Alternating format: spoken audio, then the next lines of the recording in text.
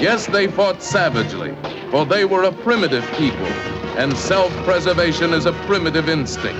They say history is written by the winners, and that's surely the case when it comes to the way Native Americans have been portrayed in the movies. Now, we all know that every movie needs a villain, but during the last 100 years, more than 4,000 movies have cast Indians in that role, depicting them as bloodthirsty savages.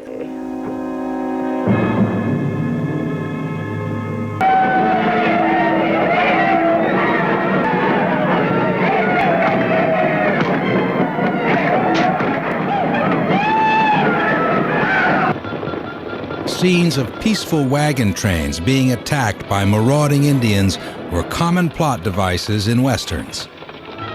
I grew up at a time when John Ford and John Wayne and Randolph Scott et al. Were massacring Indians with single shots. Turn around, dirt.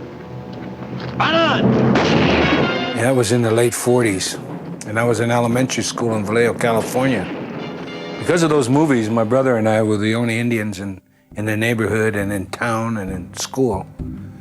We had to fight our way out of those theaters. Well, as children, that's who we saw. So we never saw our own image in its reality.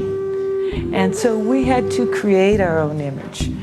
From the time we were growing up, to be strong and proud of who we were was a joke. You couldn't do it. Injun, from their dot-gum, dot-blasted sheep over our land just like they owned it. Why don't they stay on the reservations where they belong? My son asked me this one time. He goes, "Where are the Indians, Mom? Why don't they have them in this movie?" And I was like, well, maybe that's when they put us on the res. Motion pictures in the United States have been made for white audiences to make money and to portray history. I don't think it's fair to say just to make money, but it is fair to say that the white audience has predominated. The white men of the West cannot and will not recognize the testimony of those Indians who slaughtered, massacred, and ambushed our parents. The tribes of the North meet at River Rock to once and forever wipe out all white. Well, I think that the bottom line is they weren't looking for an accurate portrayal. They weren't trying to tell a Native American story. They were trying to tell a Euro-American story. Man doesn't forget easily when his wife and kids were butchered. Cheyenne, wasn't it? Cheyenne, Apache, Blackfoot Sioux, they're vicious killers, all of them. They ain't even human.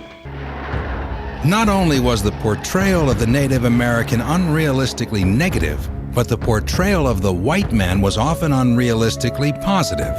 Ultimately, you have some contest between the white guy, who is the exemplar of the rugged frontiersman on the one hand, and Indians on the other, and the white guy beats him every time. He's better at being an Indian than they are. There's nothing a white man's not better at being than an Indian. Horrifying pages in the bloody annals of Indian warfare. A vivid recreation, the day when a lost patrol found the garrison of Fort Bowie slaughtered to the last man. Tomahawk Trail is a classic Western formula. It talks about Indian ferocity. It talks about Apache atrocities. It shows essentially the American Army and American settlers outnumbered and threatened by an overwhelming force of Native Americans. Never have so few so bitterly avenged the victims of Apache savagery. It was just the opposite. Historically, we're talking about the Native Americans were overwhelmed by white population and settlement.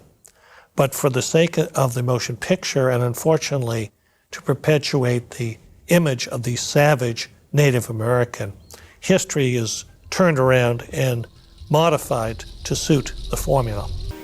What happened? They've had their hair cut by Huron barbers. How can you speak so unfeelingly? I'm feeling, Miss Monroe. I knew these folks and blazed the trail that brought them here. This is how my parents died, fire and scalping knife. Thanks to Hollywood, this country refuses to face what happened to Indian people. It takes a blue coat to make a white man a soldier. But a Cheyenne is a soldier from the first slap on his bottom. War is his life. He's fierce, he's smart. And he's meaner than sin. And scalps to the Indians, Major, are like your medals and gotten by the same means, killing.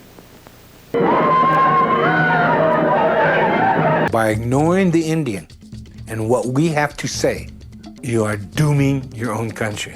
Because there is a saying, a nation that does not know its history has no future.